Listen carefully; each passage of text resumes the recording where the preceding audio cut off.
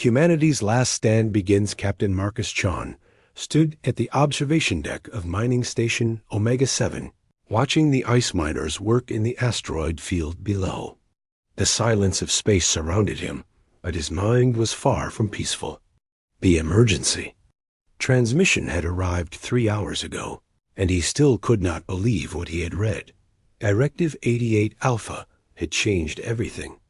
The Galactic Council, dominated by the Zirithi Empire and their allies, had finally shown their true colors. No more pretending that humans were equal members of the galactic community. No more fake smiles and diplomatic courtesy. The message was clear and brutal. All human military vessels were to be surrendered immediately. Human colonies would be converted to labor camps. Human children would be taken for educational purposes on alien worlds. Marcus crushed the datapad in his hand. After 150 years of peaceful cooperation, this was how the galaxy repaid humanity. Dr. Elena Rodriguez entered the observation deck. She was the station's chief engineer and Marcus's closest friend. Her face was pale, and her hands were shaking. She had obviously read the directive too. "Marcus," she said quietly, "the workers are asking questions. They've heard rumors about the directive. What do I tell them?" Marcus turned away from the window. His jaw was set, and his eyes burned with anger. "Tell them the truth, Elena. Tell them that 150 years of playing nice with aliens has gotten us exactly what we should have expected." Elena moved closer to him. "There has to be something we can do. The Earth Defense Force, the colonial militias, someone must be planning a response." Marcus smiled, but there was no warmth in it. "Oh, there's definitely a response coming. The question is whether the galaxy is ready for it." Before Elena could ask what he meant, the communication system activated. A priority message appeared on the main screen. It was Admiral Sarah Voss, the legendary commander of the Third Fleet. She looked older than Marcus remembered, but her eyes still held the fire that had made her famous. "All station commanders," Admiral Voss began, her voice steady and strong. "You have received Directive 88 Alpha. You know what it means. The aliens have finally stopped pretending that they see us as equals." Marcus and Elena listened carefully. Other crew members began gathering around screens throughout the station. Word was spreading fast. For 150 years, we have been model citizens of the galactic community. We have shared our technology. We have helped solve their problems. We have fought their wars. We have died for their causes. The Admiral's voice grew harder. "And this is how they repay us. They want to make us slaves. They want to steal our children. They want to destroy everything we have built." Elena gripped Marcus's arm. She could feel the tension in his muscles. Something big was about to happen. "What they don't know," Admiral Voss continued, "is that humans learn from their mistakes. We learned something very important from our history. The galaxy is not a safe place for the weak." The transmission switched to a view of deep space. At first, there was nothing but darkness and stars. Then, slowly, massive shapes began to appear as stealth fields deactivated. Ship after ship materialized from the void. These were not the small, peaceful vessels that humans typically used for trade and exploration. These were warships. Massive, brutal, and clearly designed for one purpose: war. "Project Shadow Strike has been active for 30 years, Admiral Voss explained. "While the aliens thought we were mining asteroids and ice, we were building the most advanced military fleet in galactic history." Marcus felt his heart racing. He had heard whispers about Shadow Strike, but he had thought they were just rumors. The scale of what he was seeing was incredible. Hundreds of ships hung in the darkness, each one larger and more heavily armed than anything in the official human fleet.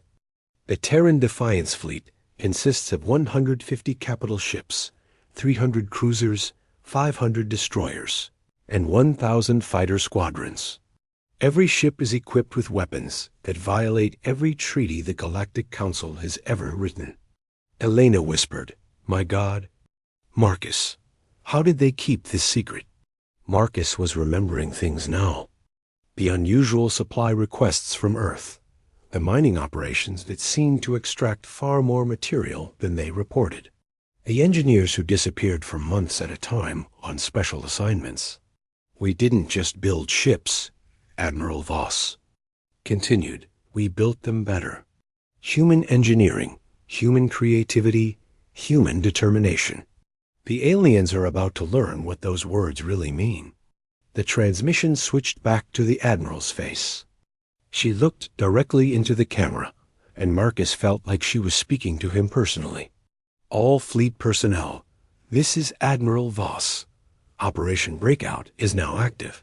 All station commanders should prepare for immediate evacuation of non-essential personnel.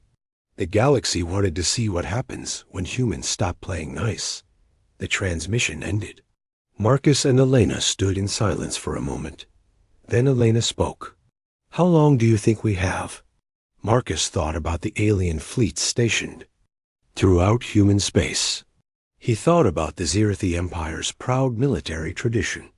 He thought about 150 years of being treated as second-class citizens. Not long, he said, but long enough. In the command center of the hidden fleet, Admiral Sarah Voss looked at the tactical display. Her ships were positioned throughout the galaxy, each one waiting for the signal to begin humanity's response to Directive 88-Alpha. Commander Jake Sullivan approached her. He was young, barely 30, but he had been training for this moment his entire life.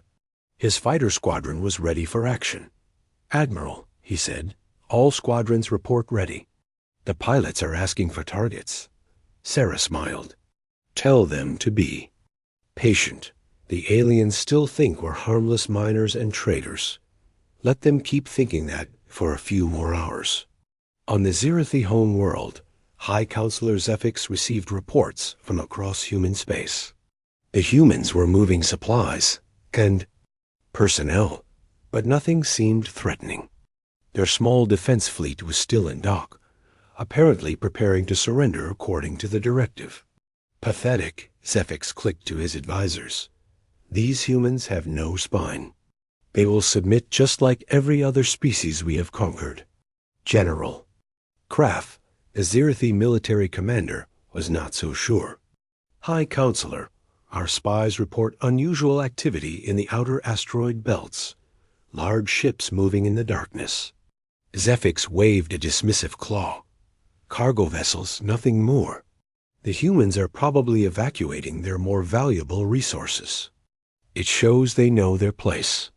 But General Kraft had been a soldier for longer than Zephyx had been a politician. He had learned to trust his instincts. Something about this situation felt wrong. Back on mining station Omega-7, Marcus was coordinating the evacuation when the second transmission arrived. This one was different. It was broadcast on all frequencies, sent to every ship, every station. Every world in the galaxy. Admiral Voss appeared on screen again, but this time she was standing on the bridge of a massive warship. Behind her, Marcus could see dozens of crew members working at stations, bristling with weapons controls. People of the galaxy. Admiral Voss began, her voice calm and clear. For 150 years, humanity has been a loyal member of the galactic community. We have followed your rules.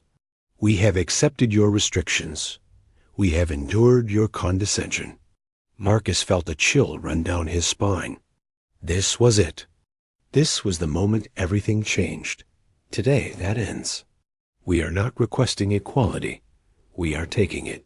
The transmission switched to a view of the Zirathi border. A massive human fleet was dropping out of hyperspace in perfect formation. The ships were dark, angular, and covered in weapons. They looked nothing like the peaceful vessels the aliens expected from humans. You have treated us as children who need guidance, Admiral Voss continued. You have told us where we can live, what we can build, and how we can defend ourselves. You have forgotten something important about humans. The camera focused on her face. Her eyes were hard as steel. We are the species that conquered our own world before we ever left it. We are the species that fought 2 world wars and survived. We are the species that turned a barren rock into a garden of life. Marcus felt pride swelling in his chest. This was what humanity was meant to be. Not begging for scraps from alien masters, but standing tall and demanding respect. The Zirathi Empire has ruled this galaxy for 1,000 years. They think their age gives them wisdom. They think their technology gives them power.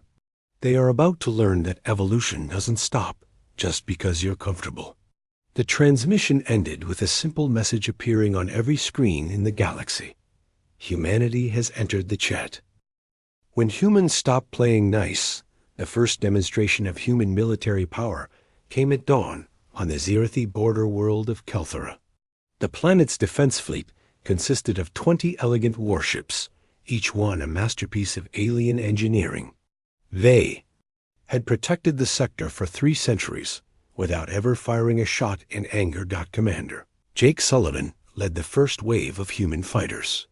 His squadron of 30 ships approached the alien fleet with casual confidence. The Zirathi vessels were beautiful, with flowing curves and crystalline armor that caught the light of the system's twin suns. Kelthera Defense Fleet. Jake broadcast on all frequencies. This is Commander Sullivan of the Terran Defiance Fleet. You have 60 seconds to surrender your vessels and evacuate to the planet's surface. The response came from Admiral Zenth, the Zirathi commander. His voice carried the arrogance of a species that had never known defeat. Human child, you dare threaten the Zirathi Empire with your tiny craft? Our ships have armor that your primitive weapons cannot penetrate. Jake smiled inside his helmet. Admiral, I'm going to give you one piece of advice. When humans tell you to surrender, you should probably listen. The countdown reached 0. Jake gave a simple hand signal, and his squadron opened fire. The space around Kelthera lit up like a star. The human fighters unleashed weapons that the aliens had never seen before. Particle beams that could cut through crystalline armor like paper. Quantum missiles that ignored shields completely. Kinetic rounds that struck with the force of meteors. In 30 seconds, 20 Zirathi warships became clouds of glittering debris. The aliens' perfect defense record was broken by a single squadron of human fighters. Impossible, Admiral Zenth transmitted from his escape pod. Our armor, our shields, our weapons, they were designed by the greatest minds in the galaxy. Jake's response was broadcast across every communication channel in the sector. Admiral, your weapons were designed by the greatest alien minds. Our weapons were designed by humans. There's a difference. The battle reports reached the Galactic Council within hours. Species that had never shown fear were suddenly requesting emergency sessions. The Vraxian Republic, humanity's oldest ally, was the first to break ranks. Ambassador Threx broadcast from their capital world. The Vraxian Republic recognizes the new balance of power. We call for immediate negotiations with the Terran Defiance Fleet, but Admiral Voss was not interested in negotiations. Not yet. The galaxy needed to understand exactly what they were dealing with. The second demonstration came at the Nexus Trade Hub, the largest commercial center in Coalition space. The station housed over 10 million beings from dozens of species. It was defended by a joint fleet of 50 ships from 12 different alien races. The human fleet arrived in perfect formation. 150 capital ships materialized from hyperspace like avenging angels. Each ship was twice the size of the largest alien vessel and bristled with weapons that violated every treaty ever written. Admiral Voss stood on the bridge of her flagship, the TNS Retribution. The massive dreadnought was her pride and joy, a ship that could destroy entire star systems if necessary. Today, she hoped it would not be necessary. "Nexus Control," she broadcasted to the station. "This is Admiral Voss of the Terran Defiance Fleet. We are not here to harm civilians. We are here to collect the tribute that is owed to humanity." The response came from Station Commander Velix, a proud Alterian who had never backed down from a fight. "Admiral Voss, no tribute is owed to humanity. You are in violation of Coalition. Space, withdraw immediately or face the consequences." Admiral Voss sighed. The aliens still did not understand. They thought this was about territory or resources. They were wrong. This was about respect. "Commander Velix, you have exactly 5 minutes to evacuate all civilian personnel from the station. After that, we will demonstrate why humans deserve a seat at the big table." The alien fleet moved to intercept the human ships. 50 vessels against 150. The odds should have been impossible, but the aliens had numbers on their side. They had been wrong about a lot of things lately. The battle lasted exactly 4 minutes. The human fleet opened fire with coordinated precision. Every shot was calculated, every target prioritized. The alien ships were not destroyed quickly. They were systematically dismantled, piece by piece, until their crews had no choice but to abandon ship. When the smoke cleared, 50 alien warships floated dead in space. Not a single human vessel had been damaged. The message was clear. This was not a war. This was a demonstration. Dr. Elena Rodriguez watched the battle from her position aboard the command ship. She had been working on the Shadow Strike project for 15 years, but seeing the results in action still amazed her. The human fleet was not just superior in firepower. It was superior in every way that mattered. "Elena," Admiral Voss called. "Her over. What's the status on the planetary bombardment systems?" Elena checked her readings. "All systems are online, Admiral. We could glass every major world in the Coalition if necessary." Admiral Voss nodded. "Let's hope it doesn't come to that. But I want the aliens to know we have the capability." The third demonstration was the most shocking. The human fleet surrounded the Zirathi home world, but instead of attacking, they simply waited. 150 warships hung in orbit. Like a promise of doom. High Counselor Zefix received a personal message from Admiral Voss. Her image appeared on his private screen, and she spoke directly to him. "High Counselor, humanity has a proposal for you. We will withdraw our fleet from your homeworld in exchange for the complete revocation of Directive 88 Alpha. You will also issue a public apology for 150 years of discrimination against human beings." Zefix felt his blood freeze. No one had ever dared to make demands of the Zirathi Empire. They were the rulers of the galaxy, the masters of 1,000 worlds. You forget yourself, human. The Zirathi Empire does not negotiate with terrorists. "Admiral." Voss smiled. "High Counselor, we are not terrorists. We are the future. And the future has arrived, whether you like it or not." The transmission ended, but the human fleet remained. They did not attack. They did not threaten. They simply waited. Within hours, protests erupted across the Zirathi Empire. Citizens who had never questioned their government's policies suddenly demanded answers. How had the humans built such a fleet in secret? Why had their leaders underestimated humanity so badly? General Kraft approached High Counselor Zefix with a grim expression. "High Counselor, our military analysis is complete. The human fleet has the capability to destroy our home world. Our defenses are inadequate." Zefix felt his world crumbling around him. "General, we are the Zirathi Empire. We have ruled this galaxy for 1,000 years. We cannot simply surrender to a species that was barely civilized when our ancestors walked among the stars." General Kraft had been a soldier long enough to recognize a losing battle. "High Counselor, with respect, our ancestors never faced anything like this. The humans have been planning this for decades." They have turned our own arrogance against us. The fourth demonstration came when the human fleet split into smaller groups and began visiting every major world in the coalition. They did not attack. They did not threaten. They simply appeared in orbit and waited on each world. The same message was broadcast. Humanity requests equal representation in the Galactic Council. We request the immediate revocation of all discriminatory laws. We request recognition as a sovereign species with the right to defend ourselves. The requests were polite, but the ships in orbit made it clear that these were not actually requests. They were demands backed by overwhelming force. Species after species began to break ranks. The Meridian Republic was the first to grant humanity full equality. The Centauri Alliance followed within hours. The Andromedan Federation publicly apologized for supporting Directive 88 Alpha. Within a week, the Zirithi Empire stood alone. Even their closest allies had abandoned them. The galaxy had seen the power of the human fleet, and no one wanted to be on the wrong side of history. High Counselor Zephix made the hardest decision of his life.